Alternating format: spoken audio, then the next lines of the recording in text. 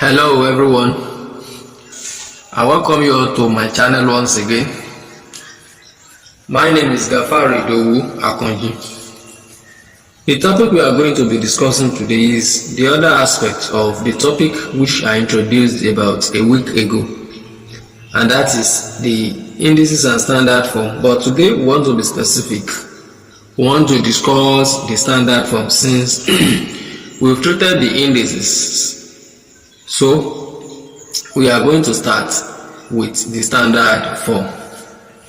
Now, by standard form, we means a way or means by which number can be represented.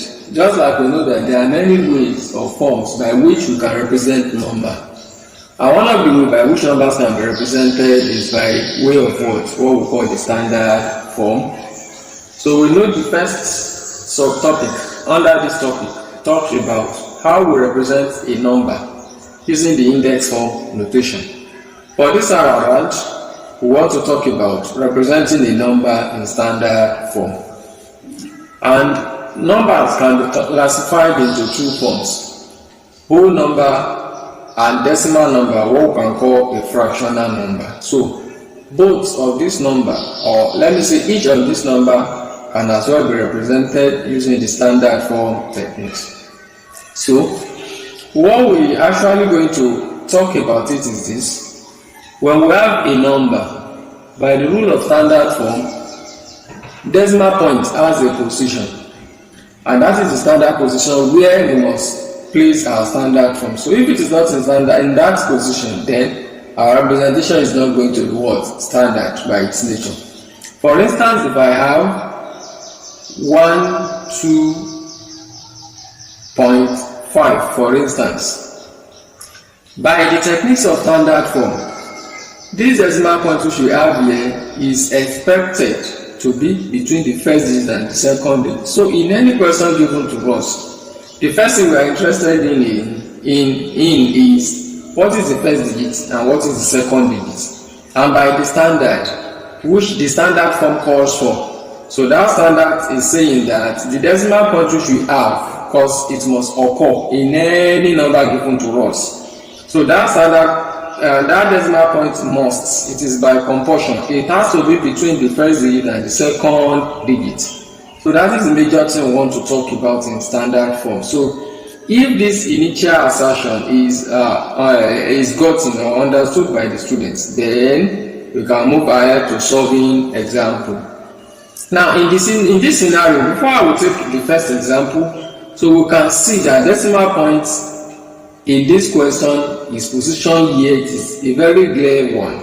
Now, let us take this other one, 252. We can see in this situation, no decimal point is given, but the decimal point is there. It is present in this number. So, in any number given to us, whereby the decimal point is not shown, the assumption is that the decimal point is at the back of the last digit. That is, we have it after the last number. What about this scenario? 25. We can see that the decimal point is not shown as well. So once it is not shown, the assumption is that what? It comes last. That is, we have it at the back of the last digit. So I will also take one more there. What if I have 1.222? So we can see the decimal point is positioned there, and it is between the first digit and the second digit. So the first thing we want to learn in standard form is how do we identify position of the decimal point. In this case here, we can see it is given here. In this case, it is not given. We are going to assume it comes last. That is, we have it at the back of the last digit. Likewise here, we assume it's here. But in the situation here, we can see it is boldly given. So we are going to take our first set of example. So example 1 now. Express each of the following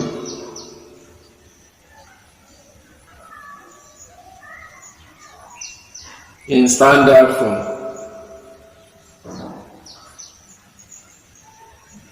Number 1 there, 50. Number 2, 165.9. Number 3, 9354.9. Number 4, 72, and finally 380. So solutions. So in number 1, what I have is 50. So the first job or the first assignment we want to do here is the identification of decimal points in this case. And we can see that decimal point is not shown here. So once it is not shown, the first thing we are going to do is to assume it comes last. That is, we have it at the back of the last digit. And what we actually want to do in standard form is that we want that decimal point to be between the first digit and the second digit. So we can see, as far as this question is concerned, the first number of the first digit here is 5, while the second digit here is what? 0. So by standard form, what we really want to do here is we want this decimal point to be in between 5 and 0, between the first digit and the second digit. So that is what we want to achieve. So I will now rewrite this in by saying that what 5.0.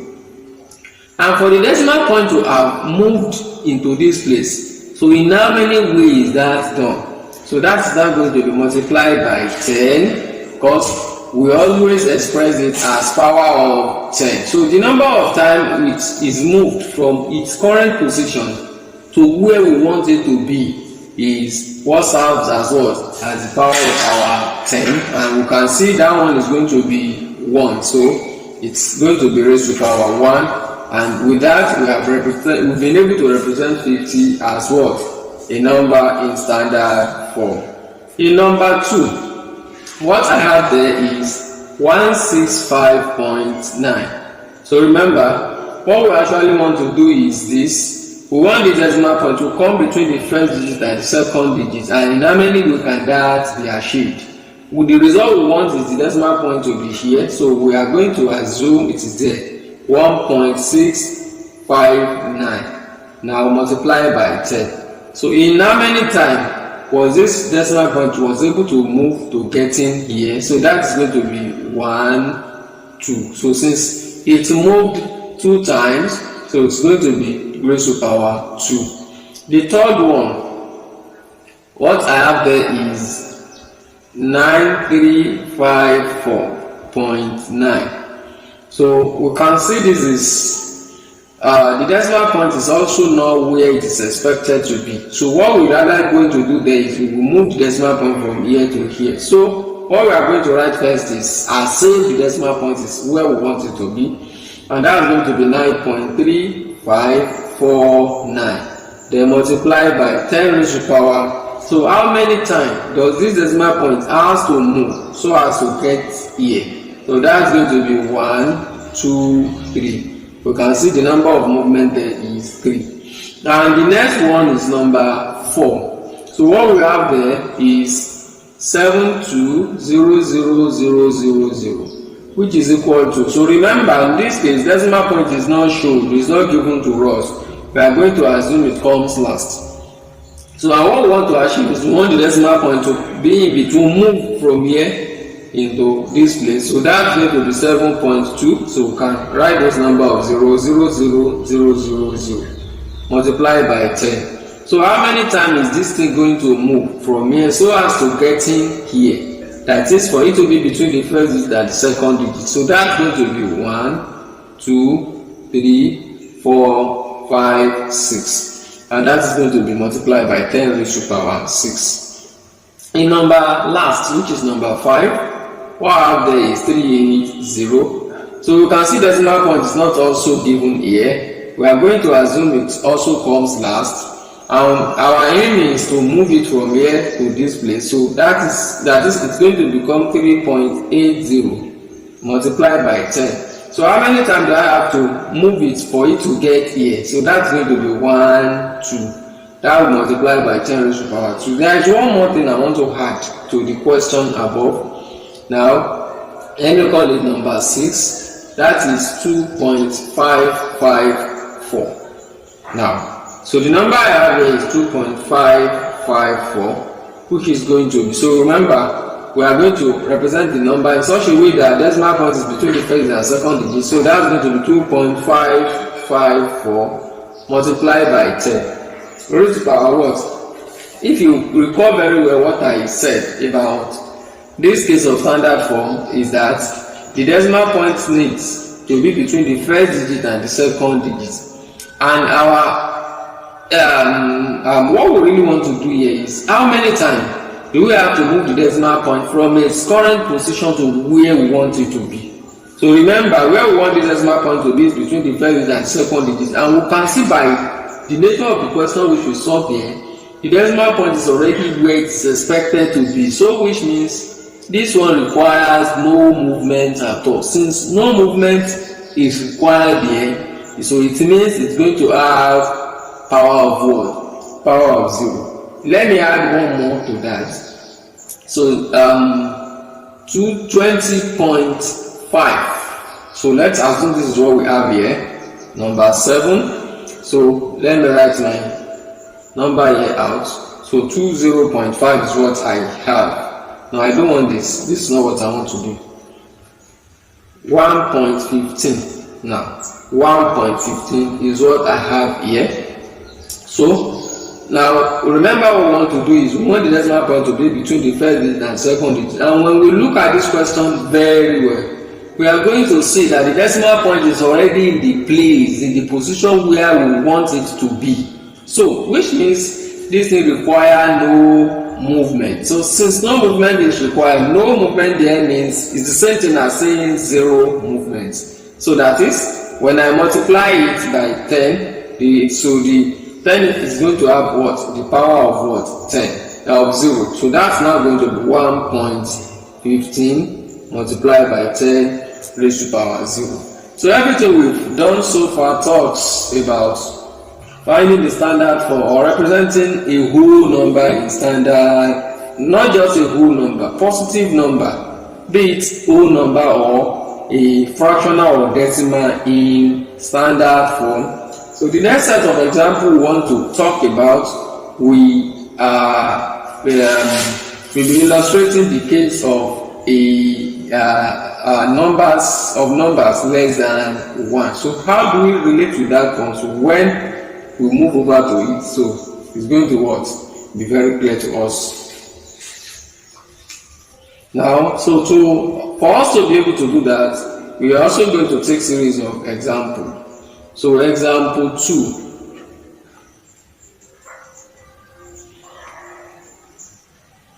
Express the following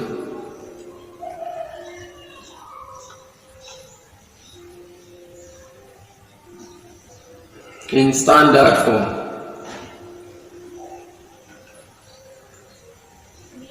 Number 1 there, 0.0005. Number 2, 0.0029. Number 3, 0.12. Number 4, 0.54. And number 5, 0.0000000088. So solutions to this. Number 1, I have 0.0005. This is what we call the case of numbers less than 1. So it is called a number less than 1 because each of the numbers we have this time around begins with 0, and that is what we call standard form of or that is what we call numbers less than 1. Another characteristic of number less than 1 is that it will not begin with a counting number, or what we call the natural numbers. And if you can recall, natural numbers are counting numbers.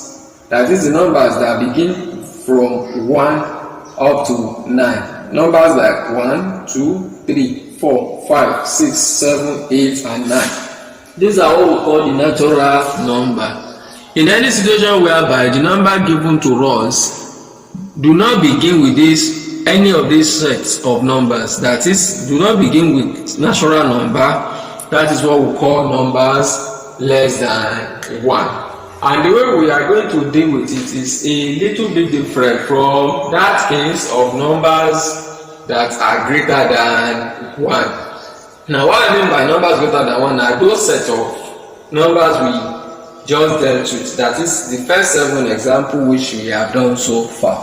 So, the first one I have now is 0.0005. So, it is very clear to everyone now that this is a case of numbers less than 1. So once it is, and what we are actually doing in standard form are two things. So number one is we talk about the decimal points, and number two is we talk about first digit and the second digit.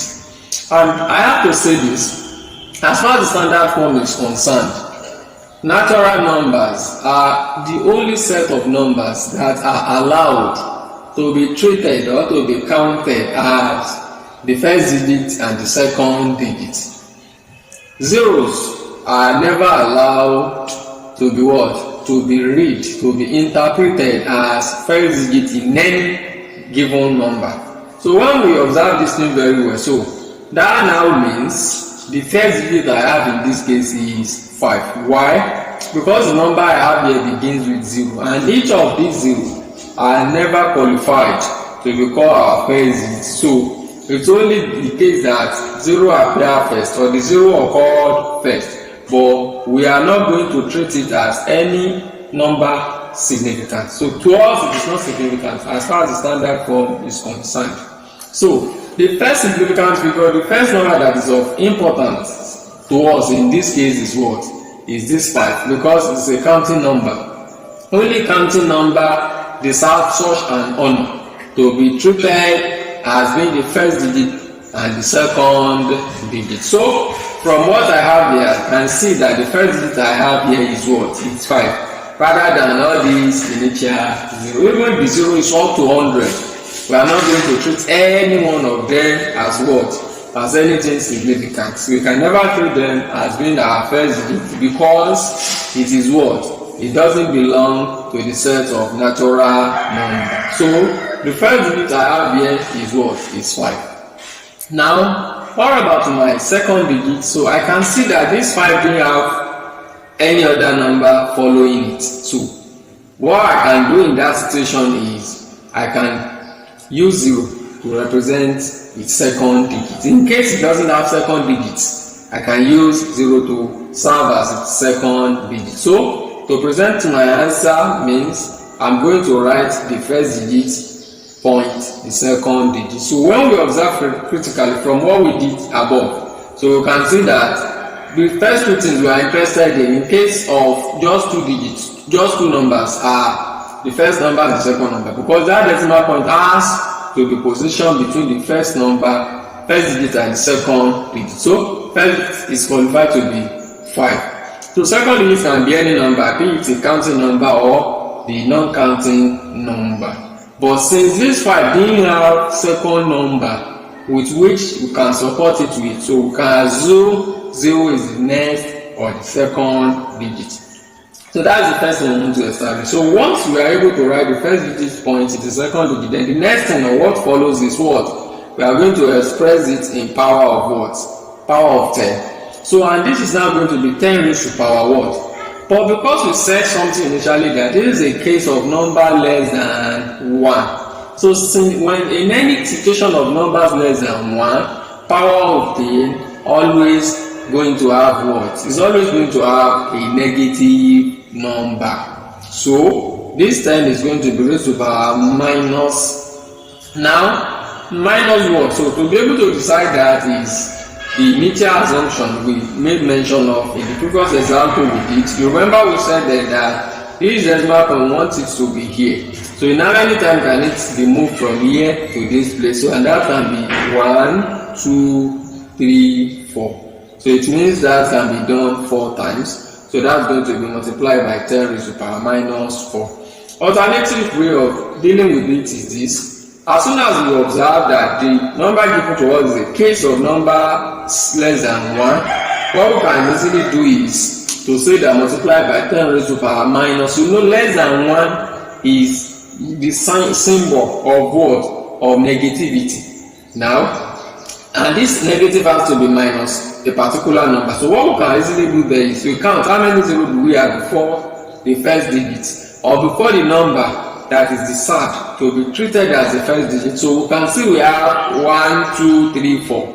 So we can as well say it is raised to power minus 4. Those are the two ways by which this thing can be done. So with that, we've been able to solve the first question.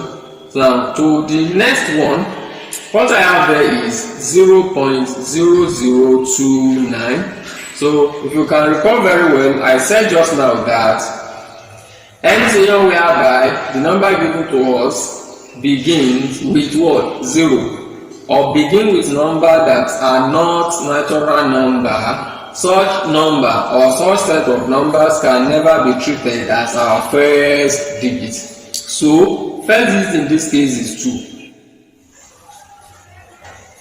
Now my first digit in this case is 2, while the second digit is going to be 9. So those are the first two things we want to write. So 2 and decimal point must be in between them, and multiply by 10 raised to power minus. I hope we now know the reason why the 10 has to carry a negative sign.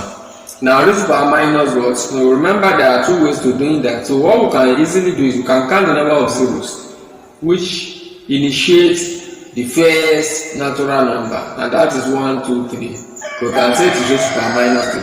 Or alternatively, you can do it, you can link it to what we did in the first set of example by saying that decimal point must be moved here. So in how many times that can be done? That can be 1, 2, 3. So you can still see that it still gives what? The same result. Now in number 3, I have 0.12. So here I can observe as well that this one begins with 0. It's also a case of numbers less than 1. So it means that this 0 is not going to be treated as our first digit, but rather this is the first digit and second digit. So that will become 1.2 multiplied by 10 raised to power. We know that it's going to carry a negative power. Now negative what is that going to be? So we know that it's going to be negative 1. There are two reasons for explaining that. Number one reason is this: it begins with only 1 0, so it's going to be raised to power minus 1. Or if we want to apply or want to link it to what we did above, we can say that what? We move it what? Once.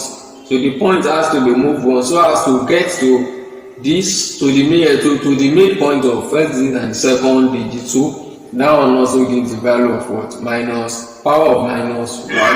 Then the next is number 4.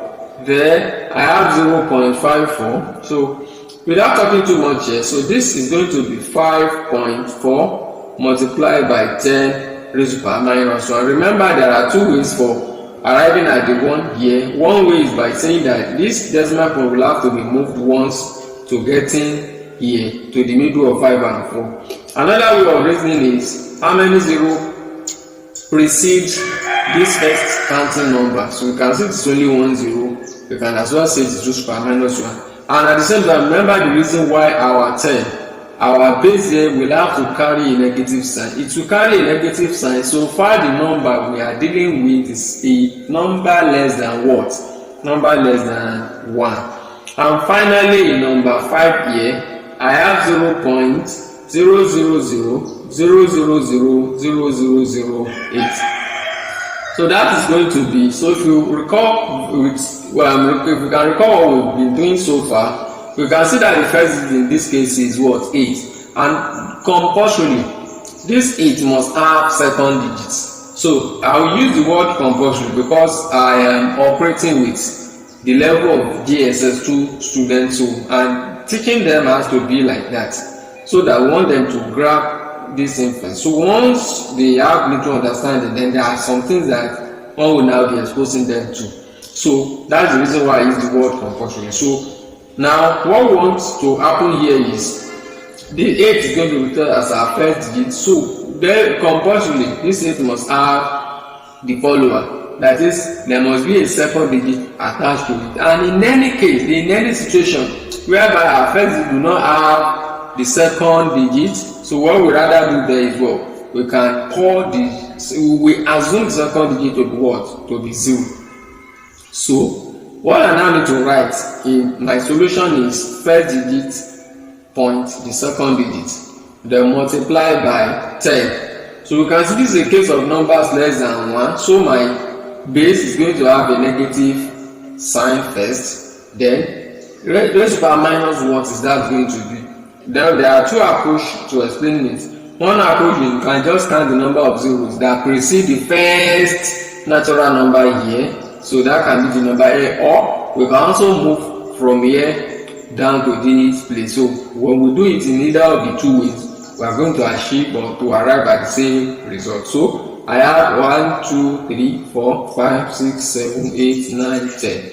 So that is going to be raised to power minus 10. Or I can do it this way: 1, 2, 3, 4, 5, 6, 7, 8, 9, 10.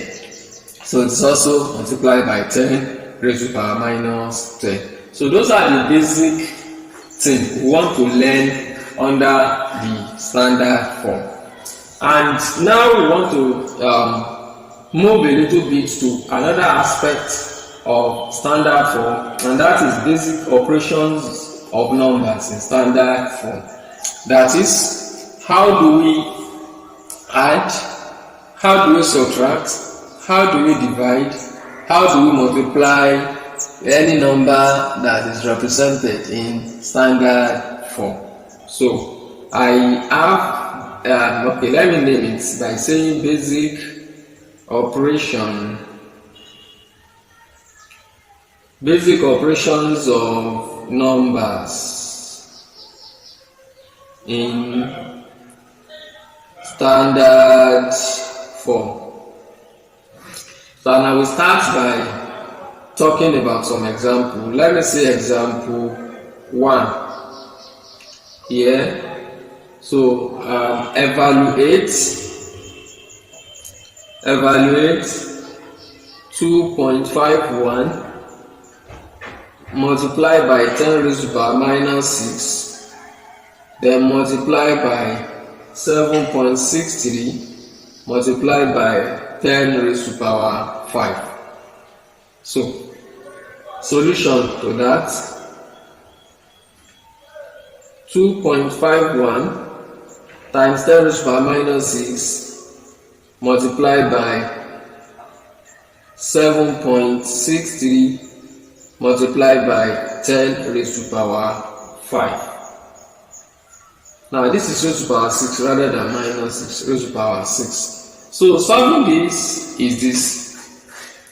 Since we are asked to multiply this and this, so I am going to observe that now I will have to rewrite it this way: 2.51 times 10 raised to the power 6. I want to rewrite this thing without the decimal, without the bracket. So multiply by 7.63 multiplied by 10 raised to the power 5. We can see this thing is the same thing as, so we want to regroup now. So decimal numbers against the decimal numbers, and index number should be beside the index number. So that will be 2.51 times 7.63 multiplied by 10 raised to the power 6 multiplied by 10 raised to the power 5. Now, so far so good. As far as GSS2 is concerned, we already know how to multiply a decimal number. We also know how to multiply an index number. So that is the next thing which we are going to achieve. But in order to save us the stress of time, so the result of multiplying 2.51 by 7.63 is going to be written direct, and that is going to be 19.1513. 19.1513. So delving into this or talking about doing the multiplication here as workings can take time, and we didn't have much time here. So that's the reason why I will just give the result of multiplying this by this. So the result is 19.1513. So multiply by, and for further information on this multiplication, for the sake of students that don't understand this thing, they can check our videos on standard on decimal number. That is going to be the GSS1 level. So multiply by, so remember to multiply this one as well was majorly what we did in the first class. So that is going to be, this is 10. This means 10 should be written 6 times, 10 should be written 5 times. 6 times and 5 times they will give 11 times. So this will give the value of 10 raised to power 11. In short, here I have 10 6. 10 occurred in 6 places and 10 occurred in 5 places. So what is the generality of the way by which our 10 occur? You can see it is 11 places. So that will be 10 raised to power 11. Now, to conclude these results, so since what we are dealing with is standard form, then remember standard form talks about what? Putting the decimal point. It talks a lot about decimal points, that positioning of the decimal point between the first digit and the second digit. We can see at the moment, this our decimal point is not between the first digit and the second digit. So that is what proved to me that this is not a conclusive work. So to make it a conclusive one, what we have to do is to express this number, this 19.1513 in standard form. So, and the way to do that simply means you should move the decimal point from here to this place. So when I move it, so this thing is going to become 1.91513 times 10. You can see for it to get here, it will move once, raised to power 1, then multiply by 10 raised to power 11. And we can see this now gives 1.91513 times. Now this one here calls for multiplication of what? Of index number. Here I have 10, only one 10. Here I have 11 10. So how many 10 do I have in total?